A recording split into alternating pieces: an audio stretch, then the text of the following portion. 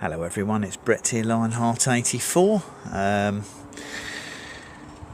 Please remember to like, share and subscribe if you don't get to the end of the video. Now if you've watched my September garden tour, which was that ridiculously long one I've just done, 38 minutes, Sunday the 4th of September, you'll see in moving or walking around the garden that I discovered an Asian pear that had dropped off the plant, and also a Jiro persimmon, and more excitingly, albeit extremely small, a grapefruit, which I think's a pink-fleshed one. So what I thought I'd do now, the Asian pears were a disaster this year. I didn't water them enough in, I think it was June and early July, when we had a long dry spell, and I wasn't aware that when we did have a bit of rain it wasn't getting in the pots. So when I watered the Asian pears, unfortunately they're only about an inch across at the time, maybe walnut sized.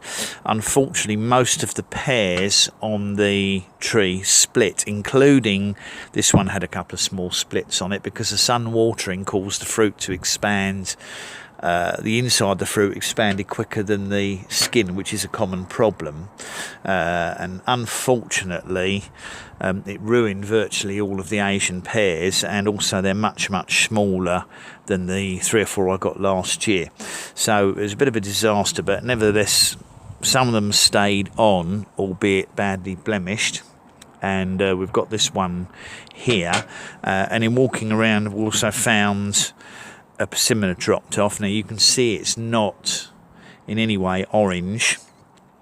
Unfortunately, again, these were affected by the extremely hot weather and the very dry climate conditions we had for the UK this year, as well as being late to flower because the first flush of growth got wrecked by frosts in April. So everything went completely wrong this year, and then that extremely hot weather we had, you can see that the fruit was actually badly sunburned, and this is now dropped off immature, but I thought in a minute I'd cut it open for people who are interested.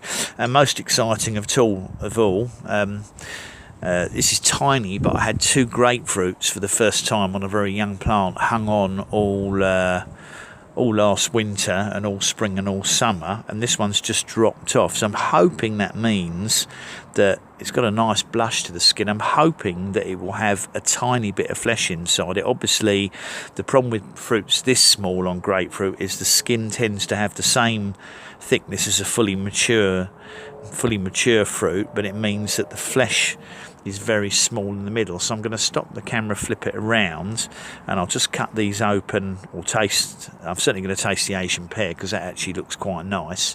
I'll flip it round and we'll have a look inside the grapefruit to see if there's any flesh in it and what colour it is. So bear with me while I turn the camera around. Welcome back to part 2. So here we are. I'm trying not to be, it's not that sunny today, but it's shining, what sun there is shining in my face. So this is the Asian pear. I've cut off the bad bits of it because these bits look okay. So I'm just going to cut open. It's actually quite juicy, you might be able to see.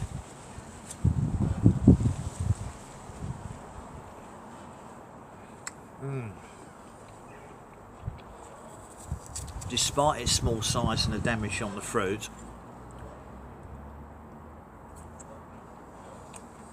that's sweet, it's got a lovely flavour.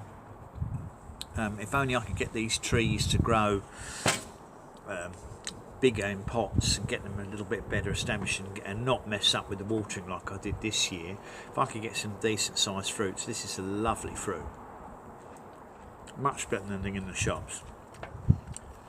Now what I thought we'd have a look at, a little bit of fun to see what this actually looks like inside the persimmon. I expect it to be rock hard.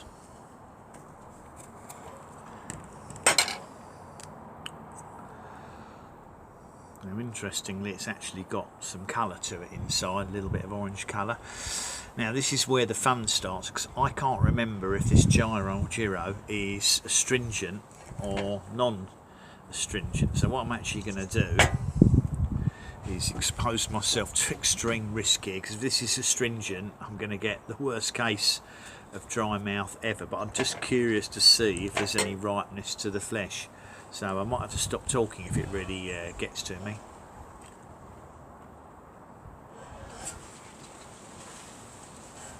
Not ripe, no sweetness to it. However, I mean, it's not edible, but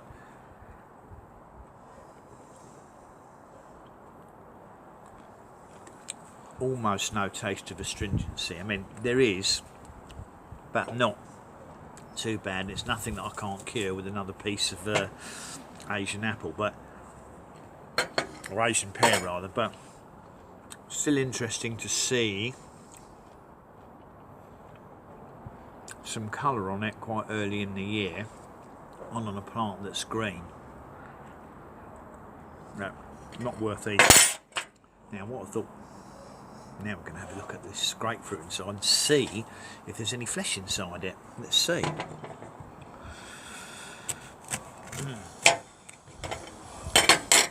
Okay, look, as you can see, it's got the typical, it's got pretty much the standard thickness of rind and pith you would expect on a grapefruit, but it's kind of like a small orange, but there is some flesh inside it, and there is a hint of pinkness to it. So I think what I'm going to do is actually let's try this and see if it's absolutely horrible or perfectly edible.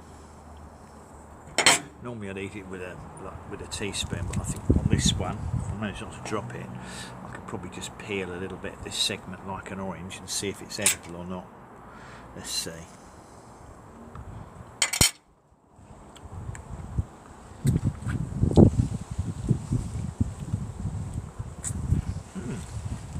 Not bad. Not got the sweetness that I would expect on a on a normal pink flesh grapefruit, but it has got a definite grapefruit, definitely got a grapefruit flavour to it. And I believe that had the fruit got to what I call proper grapefruit size and hung on the plant longer, that it would have been more edible. The other fruit on there is actually a little bit bigger than this, and it hasn't fallen off, so I'll just leave it on as long as I can and see what happens. So that's 3 interesting fruits to try. That was a homegrown, very tiny grapefruit, but it has lasted until it got to some form of maturity, so I thought that would interest people. Thank you very much for watching the video, much appreciate it. Please give me a thumbs up. You're welcome to share the video, subscribe to my channel and click on the bell if you'd like updates on when new videos come out. I'll catch up with you all in the next video. Brett out for now.